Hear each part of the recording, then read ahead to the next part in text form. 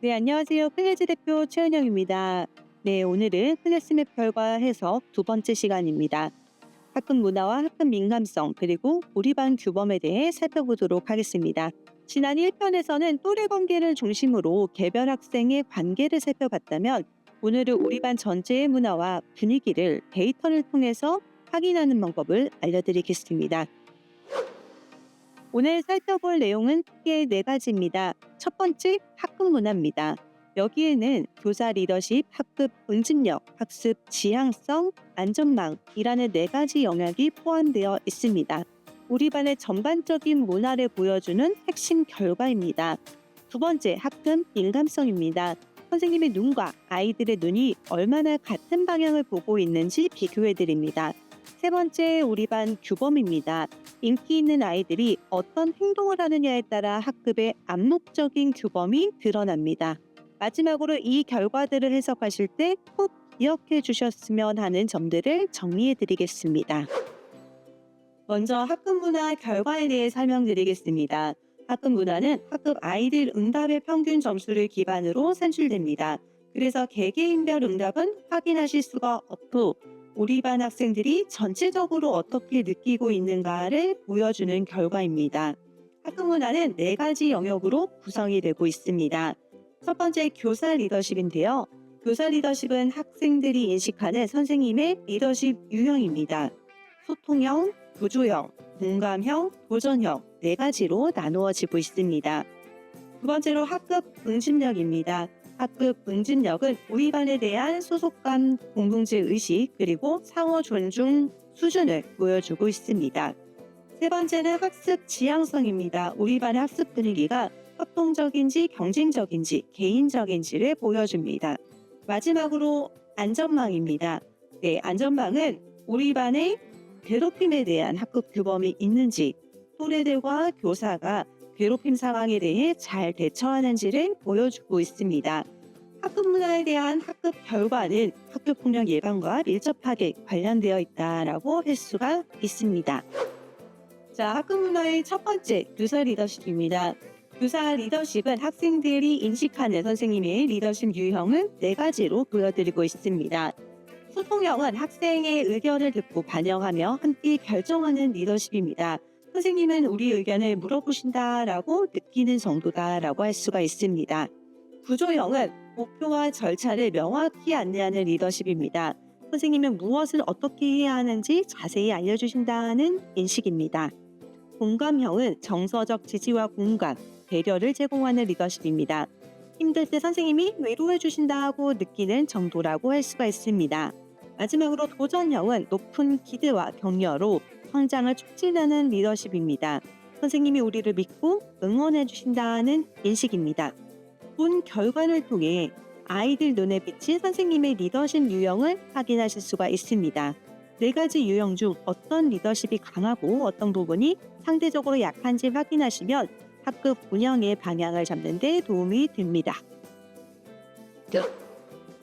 학급 응집력과 학습 지향성은 나란히 살펴보도록 하겠습니다.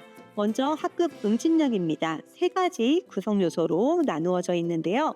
학급 소속감은 아이들이 우리 반에 속해 있다는 느낌을 얼마나 갖고 있는지입니다. 공동체 의식은 우리 반이 함께한다는 인식이 얼마나 있는지를 뜻하고요. 상호 존중은 서로를 배려하고 존중하는 분위기가 얼마나 형성되어 있는지를 보여주고 있습니다. 학급 응집력이 높은 학급의 경우 아이들이 안정감을 느끼고 갈등이 생겨도 건강하게 해결할 가능성이 높습니다. 네, 오른쪽 학습 지향성은 우리 반의 학습 분위기를 보여주고 있습니다. 협동적은 서로 돕고 협력하는 분위기입니다.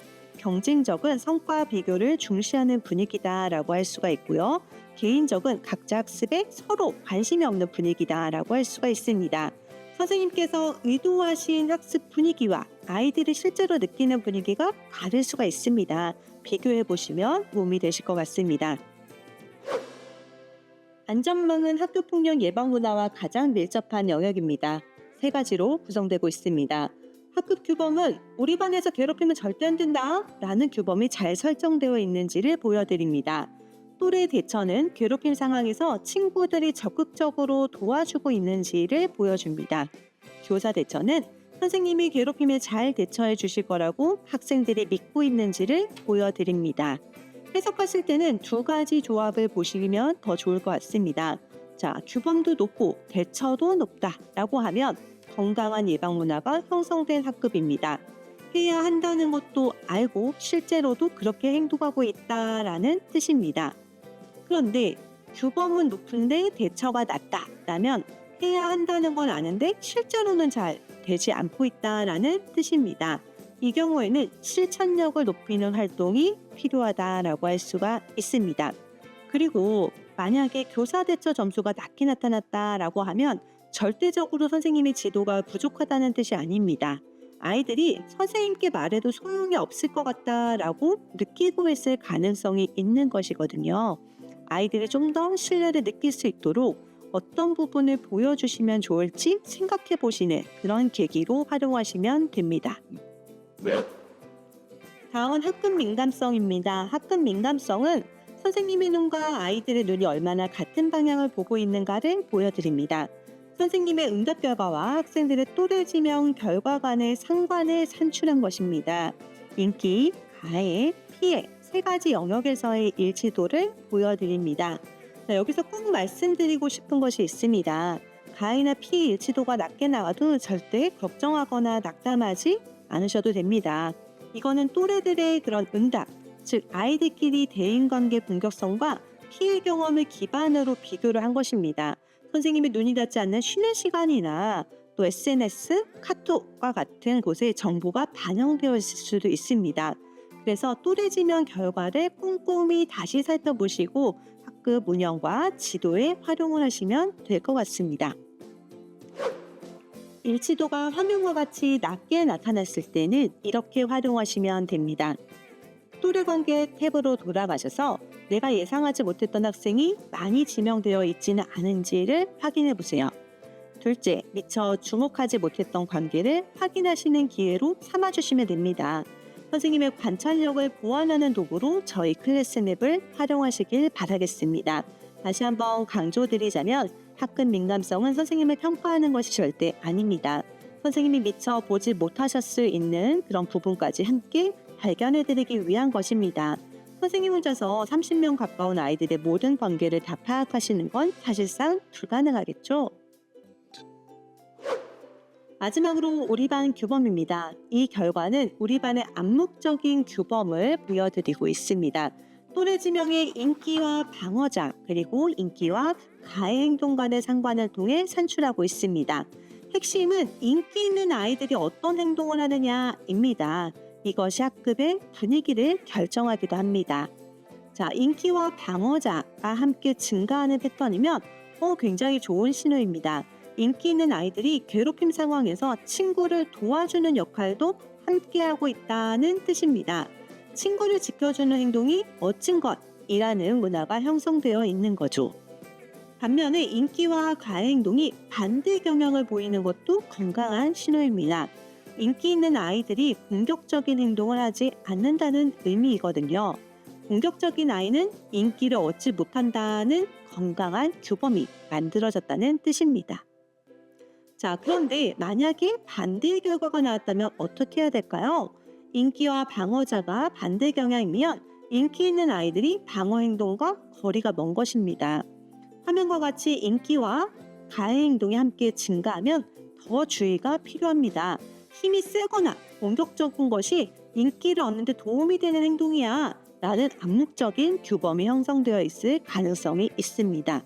이런 결과가 나왔을 때는 긍정적인 행동을 하는 학생들을 더 격려해 주시고 또 방어 행동의 가치를 학급에서 강조해 주시는 게 중요합니다.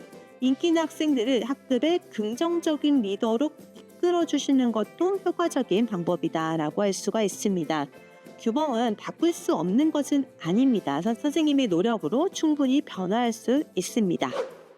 자, 오늘 결과를 해석하실 때 꼭 기억해 주셨으면 하는 점들을 정리했습니다. 첫 번째로 학급 문화는 평균 점수 기반이기 때문에 학생 수가 적은 소규모 학급의 경우 해석에 주의가 필요합니다. 이 결과는 학생들이 느끼고 있는 것, 즉 주관적인 인식입니다. 실제로 선생님의 관찰과 함께 종합적으로 판단을 하시는 게 중요하고요. 또 이거는 한 시점의 그러한 결과, 스냅샷입니다. 충분히 변화할 수 있다는 거 꼭 기억해 주시면 될 것 같습니다. 마지막으로 이 결과를 평가가 아닌 앞으로의 방향을 잡는 나침반으로서 활용해 주시기를 바라겠습니다. 학급 문화는 하루아침에 만들어지는 것이 아니라 매일 함께 쌓아가는 것입니다. 오늘 살펴본 결과가 선생님의 학급 운영에 작은 도움이 되시길 바라겠습니다. 다음 편에서는 종합 분석에 대해 안내해 드리도록 하겠습니다. 감사합니다.